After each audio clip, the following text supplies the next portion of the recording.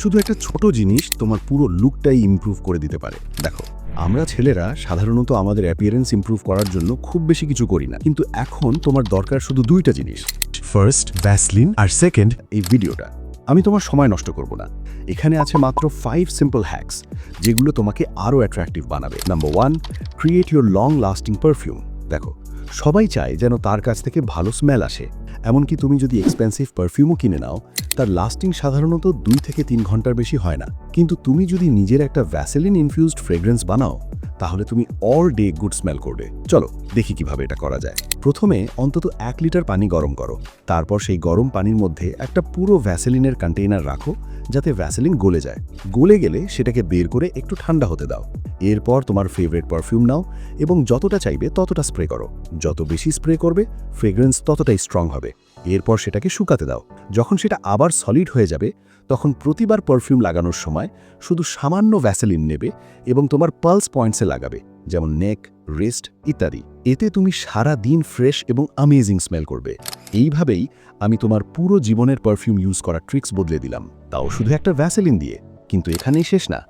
যদি তুমি সত্যিই আরও অ্যাট্রাকটিভ দেখতে চাও, তাহলে আমি তোমাকে আরও 4টে টিপস বলবো, যেগুলো হয়তো জীবনে কেউ বলেনি। Number 2, thick and dark eyebrows. এই দুটো মানুষকে ভালো করে দেখো এবং তাদের অ্যাপিয়ারেন্সের ডিফারেন্স বোঝার চেষ্টা করো। অনেকেই ঠিকই ধরতে পেরেছ, ডিফারেন্সটা হচ্ছে আইব্রোজ। আইব্রোজ তোমার অ্যাপিয়ারেন্স অনেকটা বুস্ট করে, কারণ ঠিক আইব্রোজ তোমার ফেস স্ট্রাকচারকে আরও ম্যাসকুলিন দেখায়, আর পাতলা আইব্রোজ তোমাকে উইক আর ফেমিনিন দেখাতে পারে। তাই সামান্য ভ্যাসেলিন নাও, আঙুলের মাঝে রাব করো এবং হেয়ার ডিরেকশন অনুযায়ী আইব্রোজে অ্যাপ্লাই করো। এতে কি হবে? তোমার আইব্রোজ ন্যাচারালি ঠিক দেখাবে এবং একটা ওয়েল গ্রুমড লুক দেবে। Number 3, use Vaseline in hair. এখন আর প্রতিদিন জেল বা এক্সট্রা প্রোডাক্ট লাগানোর দরকার নেই। যদি তোমার চুল ফ্রিজি হয় এবং ঠিকভাবে সেট না হয়, তাহলে হালকা করে ভ্যাসেলিন নাও, হাতের মধ্যে রাব করো এবং চুলে অ্যাপ্লাই করো। দেখবে কোনো এক্সট্রা গ্রিজ বা চিপচিপে ভাব ছাড়াই চুল স্মুথ আর শাইনি দেখাচ্ছে। কিন্তু খেয়াল রেখো, বেশি লাগাবে না। Number 4, lips. যদি তোমার লিপস ড্রাই আর ক্র্যাকড হয় এবং তুমি সেগুলো হেলদি আর সফট করতে চাও, তাহলে এটা সবচেয়ে ইজি আর এফেক্টিভ ট্রিক্স। তোমার দরকার শুধু 3টে জিনিস: ভ্যাসেলিন, কোকোনাট অয়েল আর একটা ব্রাশ। প্রথমে দাঁত ব্রাশ করো, তারপর সেই ব্রাশটা কোকোনাট অয়েলে ডিপ করো এবং লিপসের উপর হালকা করে রাব করো। এতে ডেড স্কিন রিমুভ হবে এবং ব্লাড সার্কুলেশন ইমপ্রুভ হবে। এরপর অল্প ভ্যাসেলিন নিয়ে লিপসের উপর লাগাও। এটা লিপসকে হাইড্রেটেড আর সফট রাখবে। এখন তোমার নিজের একটা ন্যাচারাল লিপ বাম তৈরি হয়ে গেল। Number 5, dark circle. আমি একসময় লেট নাইট জব করতাম, তখন আমার চোখের নিচে ডার্ক সার্কেলস হয়ে গিয়েছিল। আমার কাছে এক্সপেন্সিভ আই ক্রিম কেনার মতো টাকা ছিল না, তাই আমি প্রতিদিন রাতে ঘুমানোর আগে আন্ডার আইজে ভ্যাসেলিন ব্যবহার করতাম।